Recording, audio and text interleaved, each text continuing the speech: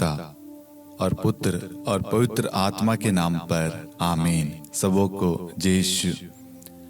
प्रभु यीशु क्रिस्त में प्यारे भाइयों और बहनों, हम 40 काल में रोज 40 दिन एक एक वचन पर मनन चिंतन कर रहे हैं और अपने आप को प्रभु की इच्छा के अनुसार तैयारी कर रहे हैं, प्रभु की ओर मुड़ रहे हैं।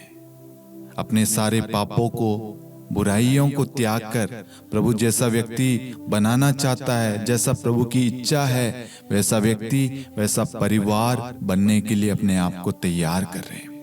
और इस तैयारी में हम आगे बढ़ते हुए आज हमारे मनन चिंतन का वचन है पहला थिस्सलुनीकियों अध्याय 5 वाक्यांश 16 से लेकर 18।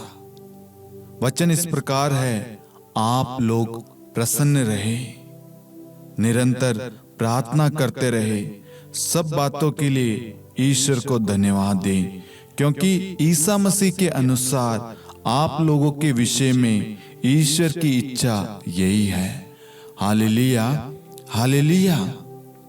यहाँ पर वचन में कुछ महत्वपूर्ण चीजें बताई गई है जो हमें अपने जीवन में अप्लाई करना है। आज से पहले आपने इस वचन को पढ़ा होगा, सुना होगा, लेकिन आज ईश्वर इस वचन के द्वारा हमें कुछ कहना चाहता है जिसका हमें पालन करना है, अपने जीवन में अप्लाई करना है। तो आइए हम वचन को समझे। सबसे पहले वचन क्या कहता है? आप लोग प्रसन्न रहे। प्रभु क्या चाहता है? आप लोग प्रसन्न रहे, मतलब खुश रहे। आपको उदास नहीं रहना है, आपको निराश नहीं रहना है, आपको रोना नहीं है, आपको प्रसन्न देखना चाहता है। प्रभु की इच्छा क्या है? प्रभु ने यहां पर अपनी इच्छा को प्रकट किया है आपके परिवार के लिए, आपके घराने के लिए, आपके बच्चों के लिए, आपके लिए। प्रभु की इच्छा क्या है? कि आप लोग प्रसन्न रहें। लेकिन क्या आप प्रसन्न रहते हैं? क्या आप ईश्वर की इस इच्छा को पूरी कर रहे हैं? नहीं। कहीं ना कहीं आज आपके अंदर से वो आनंद, वो खुशी, वो उमंग चला गया है। पता नहीं कि आखिरी बार आप कब हंसे होंगे, कब आपने मजाक मस्ती की होगी, लोगों के साथ में बातचीत की होगी, याद नहीं है। क्योंकि सांसारिक चीजों में हम इतने खो चुके हैं कि संसार की चीजें हम पर हावी हो गई है। हमें मालूम ही नहीं है खुशी क्या होती है, प्रसन्नता क्या होता, उमंग आनंद क्या होता है। लेकिन आज ईश्वर कहता है कि बेटा और बेटी, बच्चों, भाइयों और बहनों, आप लोग प्रसन्न रहे और निरंतर प्रार्थना करते रहे। पहली चीज आप प्रसन्न रहे, दूसरी निरंतर प्रार्थना करते रहे। क्या आप हर जरूरत के लिए, हर कार्य के लिए, हर मनोरथ निवेदन के लिए आप प्रार्थना करते हैं? आपको सोचना है। प्रभु कहता है निरंतर प्रार्थना करते रहे। और आगे कहता है वचन, सब बातों के लिए ईश्वर को धन्यवाद दे। सब बातों के लिए ईश्वर को धन्यवाद दे। क्या आप सब बातों के लिए, सब बात, एक बात के लिए नहीं, सब बातों के लिए ईश्वर को धन्यवाद देते हैं? सोचिए, आपके जीवन के लिए, आपके घर के लिए, आपके परिवार के लिए, आपके संतान के लिए, आपके स्वास्थ्य के लिए, आपकी नौकरी के लिए, आपकी योजनाओं के लिए, आपसे जुड़ी हुई एक एक चीज के लिए, कलीसिया के लिए, पड़ोसियों के लिए, आपके उस घर के लिए, उस जगह के लिए, आपके आस पड़ोसी, राज्य देश के लिए, नेताओं के लिए, अधिकारियों के लिए, कलीसिया के अगुवाओं के लिए, हर एक चीज के लिए क्या आप धन्यवाद देते हैं? सोचिए। ईश्वर आज हमसे कहता है कि आप लोग प्रसन्न रहे, निरंतर प्रार्थना करते रहे और सब बातों के लिए ईश्वर को धन्यवाद दे। आगे इस वचन का मेन उद्देश्य बताया गया है।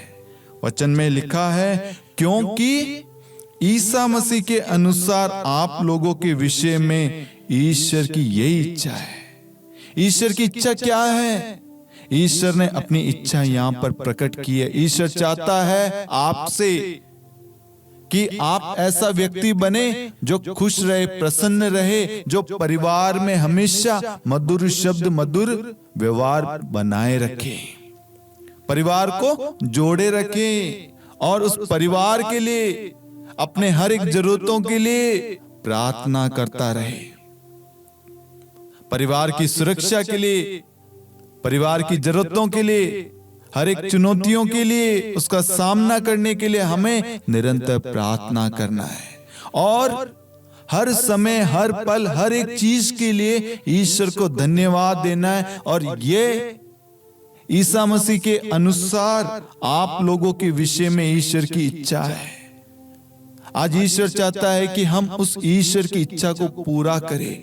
हम इस 40 काल में जिनसे भी हमारे रिश्ते टूट चुके हैं, हम उनके पास जाएं प्रसन्नता के साथ, आनंद के साथ, और उनसे पुनः उस रिश्ते को जोड़ें।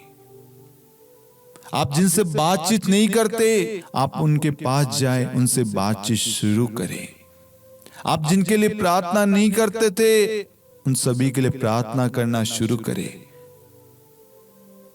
और आज तक आपने धन्यवाद दिया या नहीं, इस पर अवश्य विचार करना और आज से एक नियम बनाना, मैं सदा सर्वदा प्रसन्न रहूंगा, प्रार्थना करता रहूंगा और हर समय ईश्वर को धन्यवाद दूंगा। हर कार्य के लिए, छोटी से लेकर बड़ी हर एक चीज के लिए, घर में रखे हुए हर एक वस्तुओं के लिए, अन्न जल के लिए, भोजन के लिए, व्हीकल्स के लिए, बच्चों के लिए, इस जीवन के लिए, स्वास्थ्य के लिए, प्रकाश जो हमें प्रभु ने दिया है, दृष्टि, वातावरण के लिए, जीव जंतुओं के लिए, नेताओं, अधिकारियों, सब के लिए, ईश्वर के प्रेम के लिए, करुणा, दया के लिए, विश्वास के लिए, वचन के लिए, सामर्थ्य, अभिषेक के लिए, पवित्र आत्मा के लिए, सब बातों के लिए, पुरोहितों के लिए, धर्मसंगी बहनों के लिए, सब के लिए ईश्वर को धन्यवाद देना है। हमें ईश्वर की इच्छा को पूरा करना है। ईश्वर हमारा भला चाहता है। इसलिए मेरे प्यारे भाइयों और बहनों, मेरा विश्वास है कि आज की प्रार्थना के द्वारा, आज के वचन के द्वारा आप प्रभु की इच्छा को समझ पाए, जान पाए हैं और उस इच्छा को अवश्य पूरा करेंगे, ये आपने सोच लिया है। Hallelujah, hallelujah. आप इस प्रार्थना के वीडियो के लिंक को आप अन्य लोगों के साथ भी शेयर करें ताकि वह प्रभु की इच्छा को समझ सके। पिता और पुत्र और पवित्र आत्मा के नाम पर आमीन। सबों को जय यीशु।